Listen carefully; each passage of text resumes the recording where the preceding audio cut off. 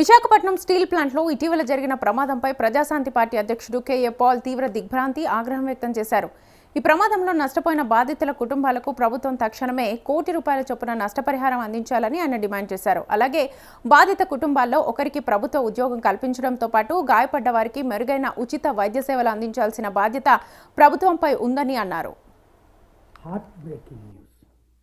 Visakhapatnam steel ప్లాంట్లో 8 మంది మసైపోవడం, 6 చికిత్స పొందడం, వారి కుటుంబాల కష్టాలు కన్నీరు చూసి దేవుణ్ణి ప్రార్థిస్తున్నాను.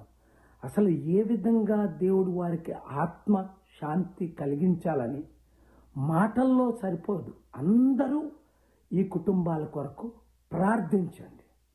మీ అందరికీ తెలుసు, విశాఖపట్నం స్టీల్ ప్లాంట్ కొరకు గత 5 సంవత్సరాలుగా నేను ఆంధ్రప్రదేశ్ హైకోర్టులో ఫైట్ చేసి 8 లక్షల కోట్ల స్టీల్ ప్లాంట్ని అమ్మకుండా ఆంధ్రప్రదేశ్ హైకోర్టులో చీఫ్ జస్టిస్ ముందు, జస్టిస్ నరేంద్ర గారి ముందు, జస్టిస్ శేషాయి గారి ముందు నేనే వాదనలు వినిపించి ఇప్పటికి కూడా అమ్మకుండా కాపాడుతున్నాను.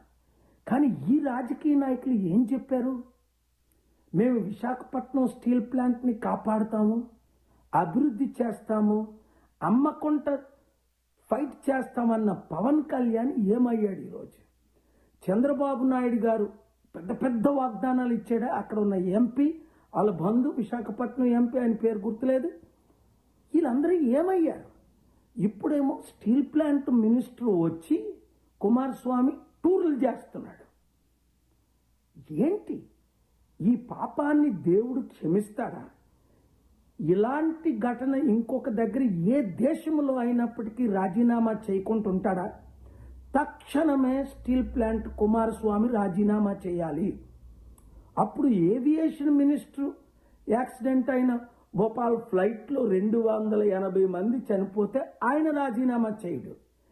నీట్ పరీక్షల ద్వారా లక్షల మంది యువతీ యువకులకు అన్యాయం జరిగిందంటే ఎడ్యుకేషన్ మినిస్టర్ రాజీనామా చేయడు. దీని అంతటికీ కారణమైన అసలు ఆయన ఎప్పుడూ రాజీనామా చేయడే.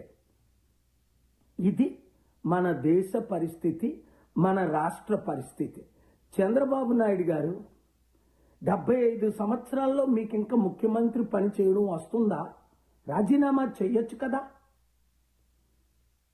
ఎందుకంటే రాష్ట్రాన్ని కాపాడలేని మీరు, ప్రజల్ని కాపాడలేని మీరు, ఇచ్చిన వాగ్దానాలు నెరవేర్చలేని మీరు, ఎవరైనా 6 వాగ్దానాల గురించి మాట్లాడితే నాలుగుకొస్తానంటారు. నేను నోరిప్పి కేసులు పెట్టి ప్రజల కొరకు, ప్రత్యేక హోదా కొరకు, స్టీల్ ప్లాంట్ కొరకు ఫైట్ చేస్తుంటే నా చారిటీలను దోచుకోవడానికి చంద్రబాబు నాయుడు గారు, మీరు, పవన్ కళ్యాణ్, లోకేష్, రామ్ మాధవ్, ఆ బీజేపీ ప్లాన్లన్నీ నాకు తెలుసు. ఎవరితో ఏం చేస్తున్నారు, ఎలా చేస్తున్నారు, ఎలాగ ఇబ్బందులు నన్ను పెట్టడానికి మీరు అనుకుంటున్నారు. ఏది ఏమైనా గుర్తుంచుకోండి, 2009లో 7 ఇబ్బందులు పెట్టారు, మస్ అయిపోయారు. నేను ప్రశ్నిస్తుంటాను. నా విశాఖపట్నం ప్రజల కొరకు ఫైట్ చేస్తాను. నా తెలుగు రాష్ట్రాల కొరకు, ఆంధ్రప్రదేశ్, తెలంగాణ కొరకు ఫైట్ చేస్తాను. విశాఖ ఉక్కు ఆంధ్రుల హక్కు అని కనీస మర్యాద ఉంటే, గౌరవం ఉంటే వెంటనే ఈ చనిపోయిన 8 మందికి చంద్రబాబు నాయుడు గారు ₹1 కోటి ప్రకటించకండి, ఇవ్వండి. ఈరోజే ఇవ్వండి. లక్షల కోట్లు ఉన్నాయి కదా మీ దగ్గర. గవర్నమెంట్ తీస్తారా, మీ సొంత తీస్తారా? ఇచ్చి తీరండి. 2, పవన్ కళ్యాణ్ న్యాయం చేయలేకపోతే, సెంట్రల్ గవర్నమెంట్ నుంచి ₹1 కోటి ఇప్పించలేకపోతే ఈ 8 మందికి, గాయపడిన వాళ్ళకి 50 లక్షలు వెంటనే రాజీనామా చేయాలి. రాష్ట్రాన్ని మేము బాగు చేసుకుంటాం. మీకంటే 1,00,000 రెట్లు తెలివైన వాళ్ళు ఉన్నారు. నా మాట వింటారు. రండి, సమిట్లు పెడదాం. ఇప్పుడైనా వస్తారా? ఇప్పుడు చూసారా, అమెరికాలో మోస్ట్ పవర్ఫుల్ లీడర్ నా పక్కన కూర్చొని 6 వీడియోలు రిలీజ్ చేశారు.